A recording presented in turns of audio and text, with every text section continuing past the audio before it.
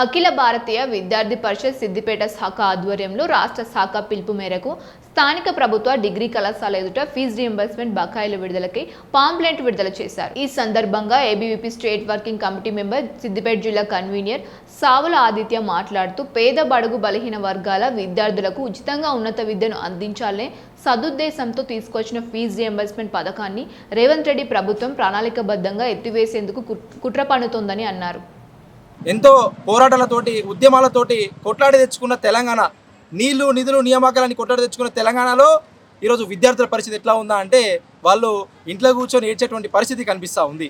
ఎందుకంటే ఈరోజు ఒక కళాశాలకు వెళ్ళి చదువుకొని ఉద్యోగం చేసి రానున్న రోజుల్లో మంచి స్థాయికి ఎదగాలని ఈరోజు ఒక విద్యార్థి అనుకుంటే ఆ యొక్క విద్యార్థి లోకానికి స్కాలర్షిప్ మరియు ఫీజు రీయింబర్స్మెంట్ ఇవ్వకుండా విద్యార్థిని ఎంతో బాధ పెడుతున్నటువంటి పరిస్థితి ఈరోజు తెలంగాణ రాష్ట్ర ప్రభుత్వంలో జరుగుతూ ఉంది.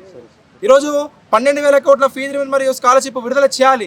ఈరోజు తెలంగాణ రాష్ట్రంలో ఎంతోమంది విద్యార్థులు ఈ యొక్క రీయింబర్స్మెంట్ని ఒక ఆసరాగా తీసుకొని కళాశాలకు వెళ్ళి చదువుకుందామని కళాశాలకు వస్తే ఈరోజు ప్రభుత్వ కళాశాలలు కూడా ప్రైవేట్ కళాశాలలకు మించి వాటికన్నా మించి ఓయూ ఫీజు అని చెప్పేసి, స్పెషల్ ఫీజు అని చెప్పేసి, ట్యూషన్ ఫీజు అని చెప్పేసి ఈరోజు విద్యార్థుల దగ్గర బలవంతంగా వసూలు చేసుకొని విద్యార్థులను ఒక భయాందోళనకి గురి చేస్తూ ఉంది.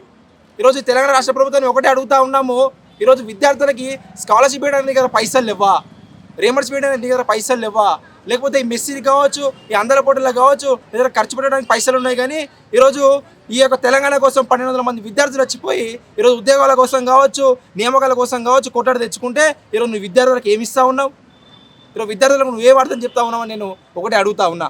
ఈ యొక్క రీయింబర్స్మెంట్ పైన జరుగుతున్నటువంటి హైకోర్టులో జరుగుతున్న కేసు తుది తీర్పైనటువంటి 30వ తారీఖు తేదీ వరకు రాష్ట్రం అంతా కూడా విద్యార్థి లోకాన్ని మేలుకొలిపి జరుగుతున్నటువంటి అన్యాయాన్ని తెలియజేయడానికి ఈరోజు రాష్ట్రంలో ఈ యొక్క పాంప్లెంట్ విడుదల చేయడానికి గల కారణాలు మనం తెలుసుకున్నట్టయితే ఈరోజు తెలంగాణ రాష్ట్రము ఏర్పడ్డదే విద్యార్థుల యొక్క ఆత్మ బలిదానాలతోటి. విద్యార్థులు హాస్టల్ మెస్సులకు తాళాలేసి రోడ్డు మీదకి వచ్చిన కారణంగానే ఈరోజు ప్రత్యేక తెలంగాణ రాష్ట్రాన్ని మనం సాధించుకున్నాం. కానీ ఈరోజు రాష్ట్రంలో ఎలాంటి పరిపాలన కొనసాగుతూ ఉన్నది? గత ప్రభుత్వం కూడా పూర్తిగా నిర్వీర్యం చేసింది ఈ యొక్క విద్యా వ్యవస్థను. ఈ ప్రభుత్వం ఏమన్నా బాగు చేస్తుందని చెప్పేసి నమ్మి నీ 420 హామీలను నమ్మి 6 గ్యారంటీలను నమ్మి మోసపోయి నీ ప్రభుత్వాన్ని గెలిపించిరు యావత్ తెలంగాణ ప్రజలు, విద్యార్థులు.